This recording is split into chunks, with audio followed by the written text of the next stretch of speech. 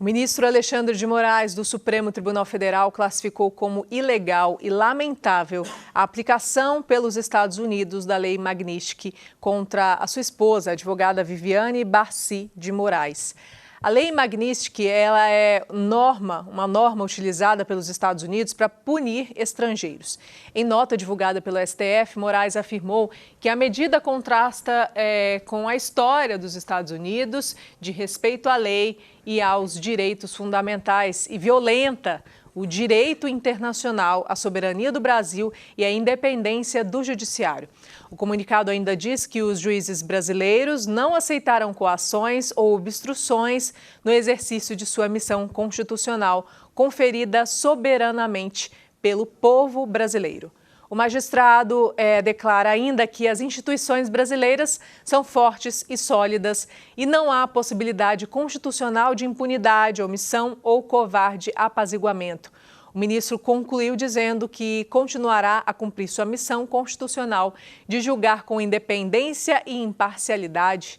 O comunicado da decisão relacionada à mulher de Alexandre de Moraes afirma que a medida foi tomada porque Viviane fornece uma rede de apoio financeiro ao marido, que já havia sido sancionado em julho.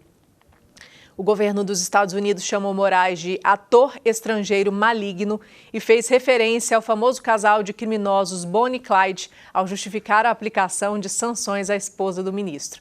O comunicado sobre a sanção afirma que não existe Clyde sem Bonnie, em referência ao casal estadunidense Bonnie Parker e Clyde Barrow, que ganharam notoriedade por uma série de assaltos e assassinatos no início da década de 30, que cometiam sempre juntos. O governo Trump também aplicou a Magnitsky a Lex Institutos de Estudos Jurídicos, né? É uma empresa de advocacia sediada em São Paulo, da qual, então, a Viviane e 2 dos 3 filhos do casal são sócios. Internamente, ministros do Supremo Tribunal Federal consideram a decisão como absurda e acreditam que a sanção vai dificultar possíveis conversas sobre redução das penas dos condenados. Cleiton, o que você achou? Inclusive da fala, né, do... É um absurdo, né? Então, mas o que esperar do presidente Trump? Só absurdo, coisas incríveis, coisas extraordinárias. É um desrespeito à nossa soberania, é um desrespeito às instituições, às leis brasileiras.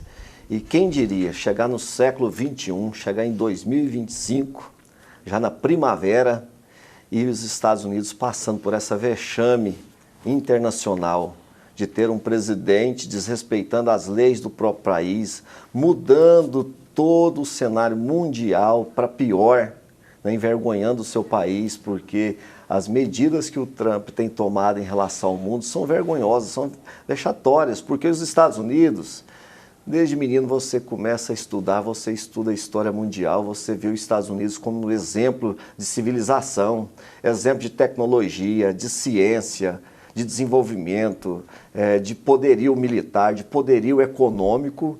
E agora eu fico até orgulhoso do nosso povo, do nosso Brasil, dar exemplo de cidadania, de soberania e a gente votar certo, né? Parece que os Estados Unidos recuou ter elegido o presidente Trump, que hoje só faz vergonha. Inclusive ontem ele já estava questionando remédios que as grávidas usam durante a sua gravidez, né? As pessoas têm febre, usam o paracetamol, o Tilenol.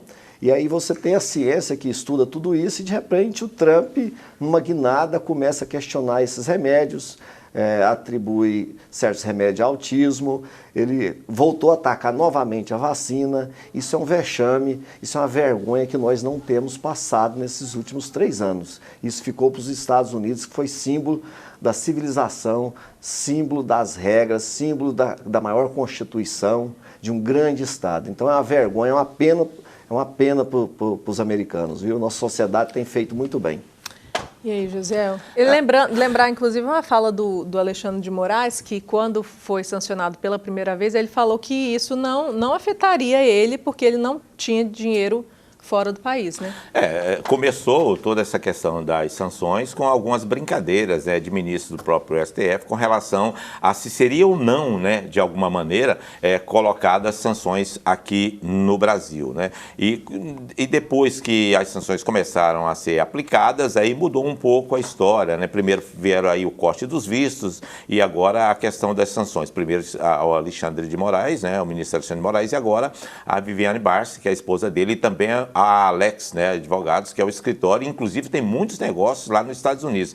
Agora, veja bem, Mariana, as coisas, elas não chegam assim por acaso. É claro que existe, né, uma preocupação muito grande do presidente dos Estados Unidos com a questão dos direitos humanos. Ou seja, o que está acontecendo no Brasil, o que está acontecendo na Venezuela, na Nicarágua, em outros países que sempre tiveram essa preocupação da questão dos direitos humanos e hoje não está tratando tanto. A questão não é só a questão do presidente Bolsonaro, é a questão também do Clezão que morreu na prisão, de outras pessoas que os Estados Unidos entendem que foram perseguidas judicialmente no tal de lawfare, ou seja, a perseguição aí pela lei. Então, é nesse sentido que estão acontecendo as perseguições. Abranger ainda mais a questão da esposa do ministro Alexandre de Moraes e do escritório vem de acordo com levantamentos dos Estados Unidos que sócio da esposa do ministro Alexandre de Moraes teriam repassado alguns recursos diretamente para aliviar a questão da magnífica do ministro. Então, eu acho que ainda vai ter muita conversa. Eu acho que o ministro Alexandre de Moraes, ele não é a pessoa de retroceder, ele vai sempre em linha reta e me parece que o presidente Trump também não é toda a equipe dos Estados Unidos, né? Então, as coisas podem, inclusive, até esquentar mais, Mariana. Hoje, a partir do momento das falas aí do presidente Luiz Inácio Lula da Silva com relação ao discurso da ONU. Agora, dizer que está interferindo, eu acho que os Estados Unidos está fazendo o trabalho dele lá, o papel dele lá, e aqui no Brasil os ministros estão fazendo o papel deles. Eu acho que está tudo normal. José, eu gostaria de fazer mais uma interferência dizendo que a pena, no direito penal, a pena ela é individual, é individualizada.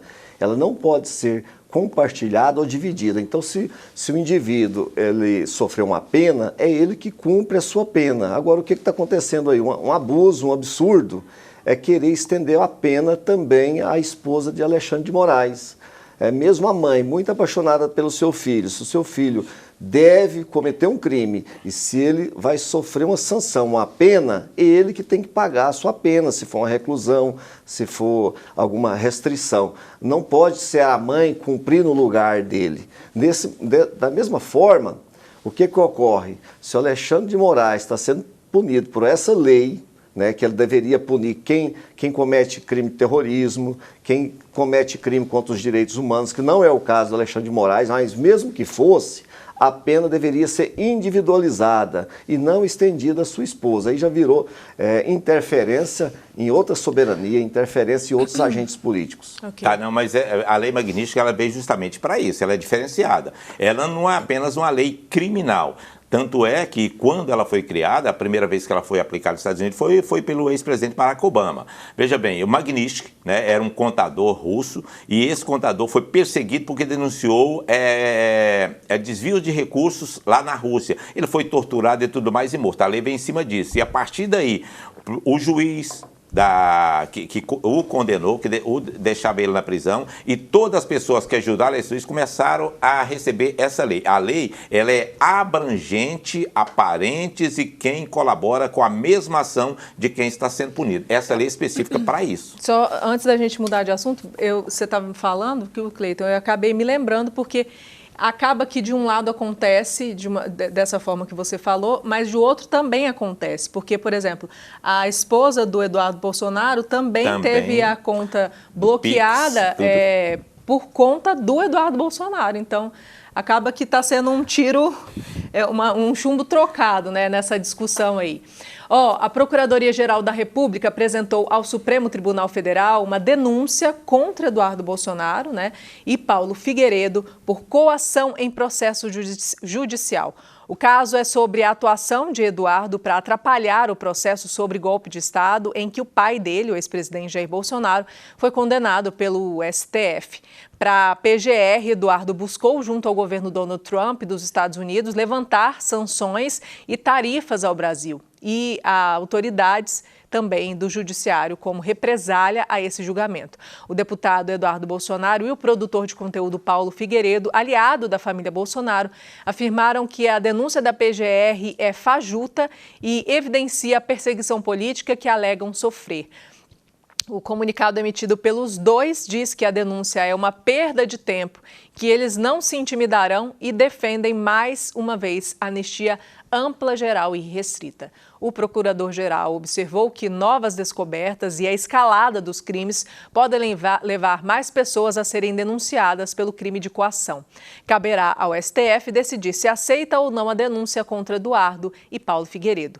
Gonê também pediu ao STF para comunicar o presidente da Câmara dos Deputados, Hugo Mota, sobre essa denúncia. Enquanto isso, Mota barrou a indicação feita pelo PL para que Eduardo Bolsonaro fosse o líder da minoria na casa.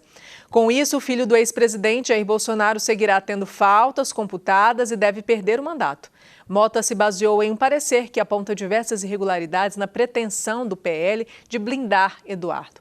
Ele afirma que entre as obrigações de um parlamentar está a frequentar presencialmente o Congresso. O registro remoto, embora possível, é exceção permitida apenas a deputados que estão em missão autorizada para representar a casa. Não é o caso do alto exílio, então, declarado por Eduardo Bolsonaro, que sequer comunicou à Câmara que se ausentaria do país e das sessões deliberativas. Josiel. Pois é, a corda está cada dia mais esticada, né? Agora entrou aí o Ministério Público Federal, através, né, do procurador Paulo Gonê.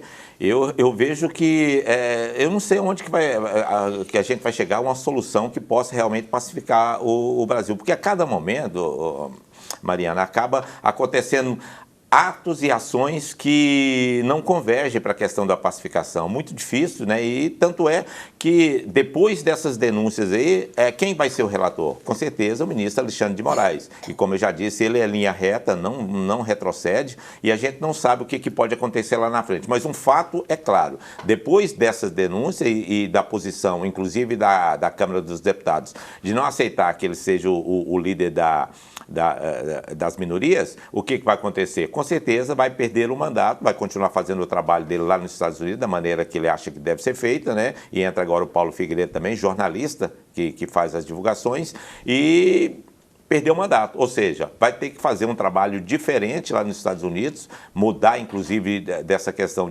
parlamentar, porque não há retrocesso nessas ações. Eu não vejo com bons olhos, cada dia mais, aí, estender, esticar uma corda como essa não, Mariana. Eu acho muito ruim para o Brasil, porque essas sanções que estão vindo para o Brasil não é bom para nenhum de nós. Nem a questão das sanções a ministros, parlamentares e tudo mais, e nem a questão também das sanções econômicas que estão aí. A gente não sabe nem se vai apertar ainda mais. Parece que está uma queda de braço que ninguém ganha, né, Cleiton? Queda de braço, quem vai ganhar ela, Mariana, é o povo brasileiro. São as instituições, o respeito à lei. A lei vai prevalecer no nosso país. Nós esperamos que essa denúncia agora ela seja aceita pelo STF. E aí esse traidor da pátria, que é o Eduardo Bolsonaro, venha pagar pelos seus crimes de coação, de obstrução da justiça, dessa crise econômica e política que ele está criando entre os Estados Unidos e o Brasil. Ele tem que pagar por isso, né? Eles tiveram a oportunidade de entregar muito para a população brasileira. Quando eles tinham o Congresso, eles tinham a presidência da República, eles tinham tudo na mão para fazer um bom governo, não fizeram, foram más perdedores e agora estão aí, tentaram um golpe de Estado, tem que pagar por isso. É um traidor da prata, eu repito. Prova mais uma vez que o bolsonarismo não tem espaço na nossa democracia. E aí nós vamos só pacificar esse Brasil, Josiel, quando esse pessoal pagar pelos seus crimes. E aí sim nós vamos continuar tocando a agenda de desenvolvimento desse país, de um equilíbrio fiscal, um equilíbrio tributário e também tirar do imposto de renda quem ganha até R$5.000. Ok.